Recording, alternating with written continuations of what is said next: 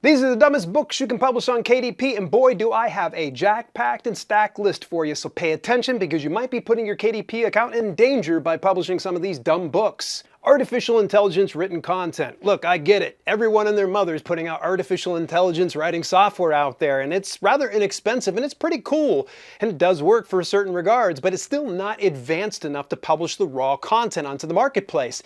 It still needs extensive rewriting and deep editing. I've tried this software out numerous times with different companies, and every single time the product comes out, reading like English as a second language, and that's not the type of content I want to get behind. And by the way, speaking of bad content, and this refers to everything that I'm going to discuss here after, there is this nifty little report abuse button that's on every product page. So if a customer is unhappy, sure, they can get a refund, but they can also hit that report abuse button, which of course endangers your account. Licensed or trademarked names. Oh boy, when I first broke into the business, I was getting ready to just jump all in with ghostwriting. I was going to hire some ghostwriters, put out all these different books, and I saw that CrossFit training was huge. Problem was, I believe Reebok at the time, and maybe still to now, actually owns the trademark name of CrossFit. So I actually ended up losing a lot of money because I didn't publish it even though I had it ghostwritten. So I've got this useless piece of work now.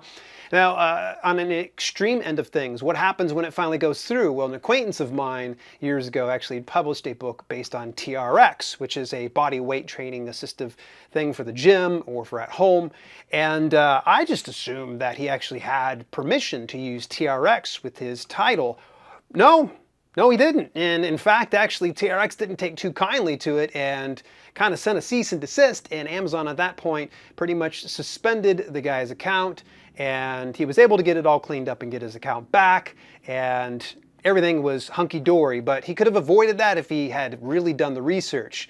It's fairly exhaustive here, folks. I understand that it's not the path of least resistance, but if you want to use something that is a trademark name like TRX or like CrossFit, or in instances like when I've done it, a book on Amazon or having Google within that book, you got to get permission, and it's going to be a pain in the butt. What I learned about using name brands with permission is don't misrepresent the brand.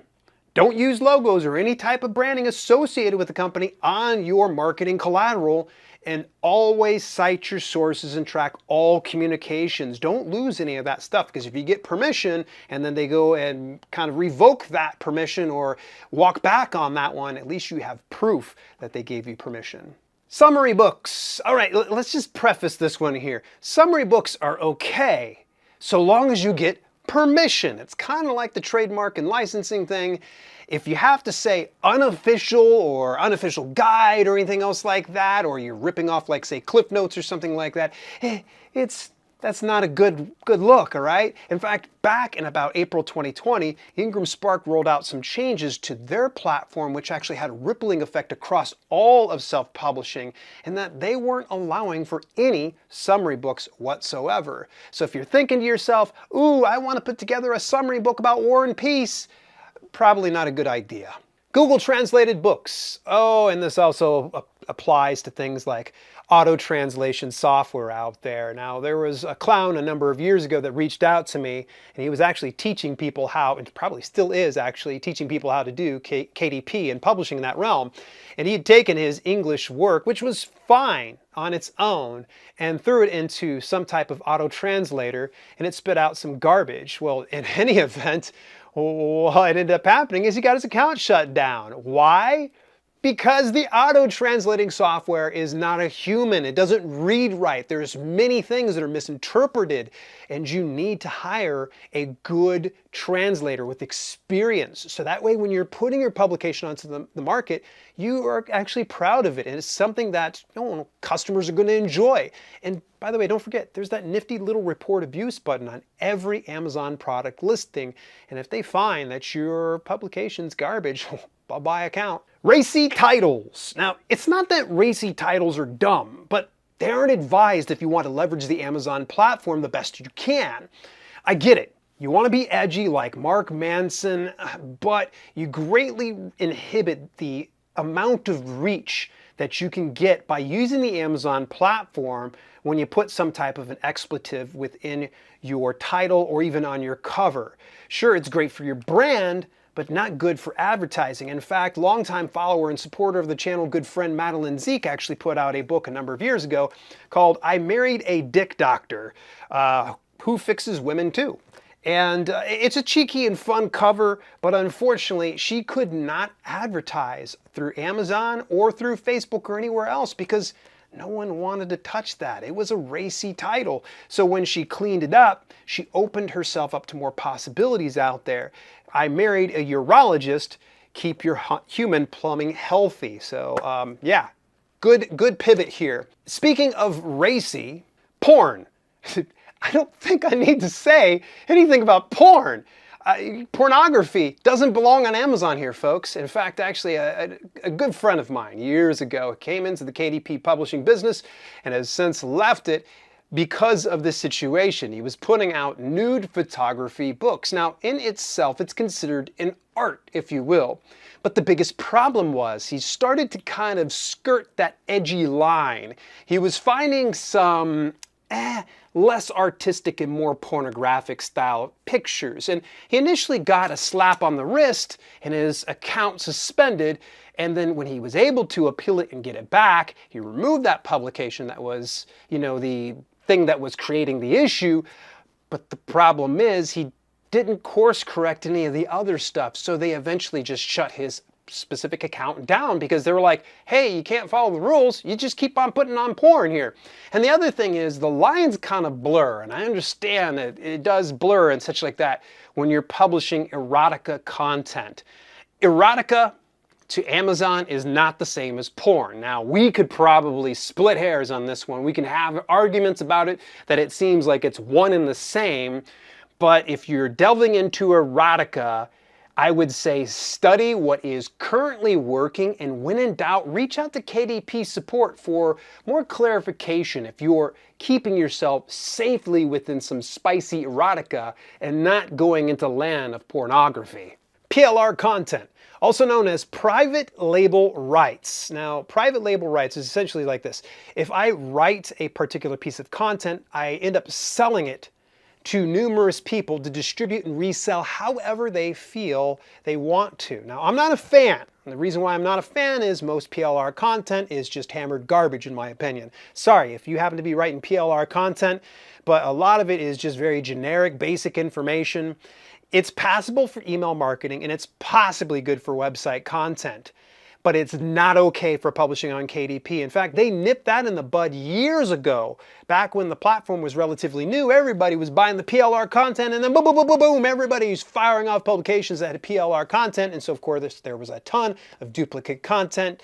Yeah, they didn't like that. People still think this is okay. It's not okay, right? Don't get the PLR content. Don't try to spin it or anything else like that. Undifferentiated public domain work. If you have nothing different to bring to the table, don't bother coming to dinner. That applies over to public domain as well. Public domain work is fantastic to go ahead and publish. But the thing is, it's freely available online to everyone. Why is someone going to pay you their money if all they have to do is go pick it up for free?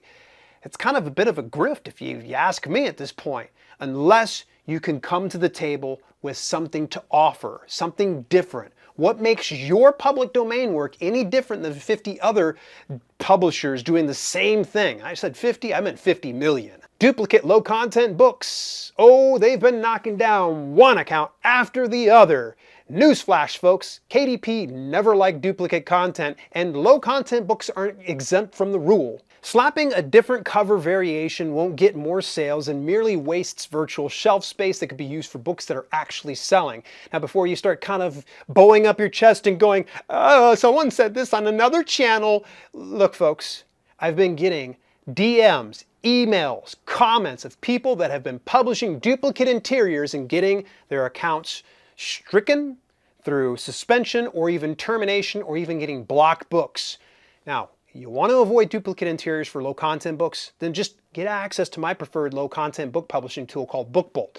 They have plenty of customizable templates for you to use to safeguard your business and make a decent living from. This is not a sponsored video, by the way. More of a way to send you to the right resource. Plagiarized content. Well, this is a given, but for whatever reason, some areas of the world, copyright isn't a thing, or at least they say it's not a thing.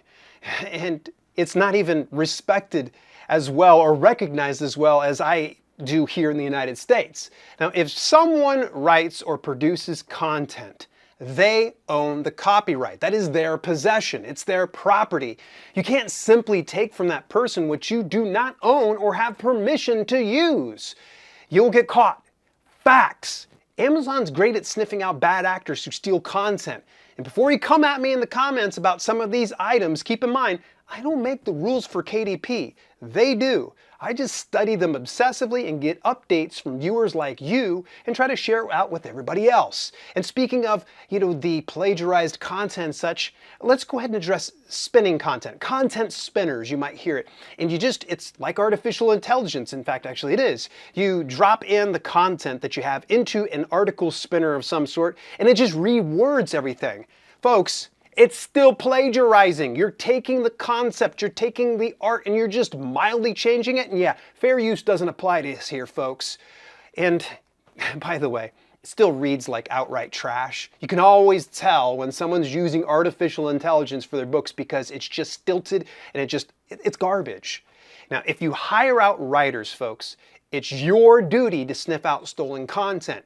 Get a good plagiarism checker, Pro Writing Aid, Grammarly, any other of these, plagiarism checkers are available online for free or for premium costs like Pro Writing Aid and Grammarly. You can find any number of the services that suit your needs for picking out stolen content online. Just be thorough. Unethical or immoral practices. Are you teaching people how to do shady shit? Yeah, Amazon doesn't want any part of it. In fact, it was right around 2020, during the pandemic. COVID had everyone publishing a book about COVID. And oh man, there were accounts that were suspended, terminated, and some of them had blocked books as a minimum. They just pretty much said everyone out of the pool. Misinformation's a no-go, folks, all right? Don't put out stuff that you don't know for sure. Cite your sources, and they better be reputable too. And if you're teaching people how to hack PayPal accounts or how to steal people's personal information and you're publishing that, I hope you do get your account shut down. You're a piece of garbage. And hey, if you want a little bit more help in understanding some of the unclear KDP rules, well, make sure you're not breaking any of these ones. I'll see you in the very next video.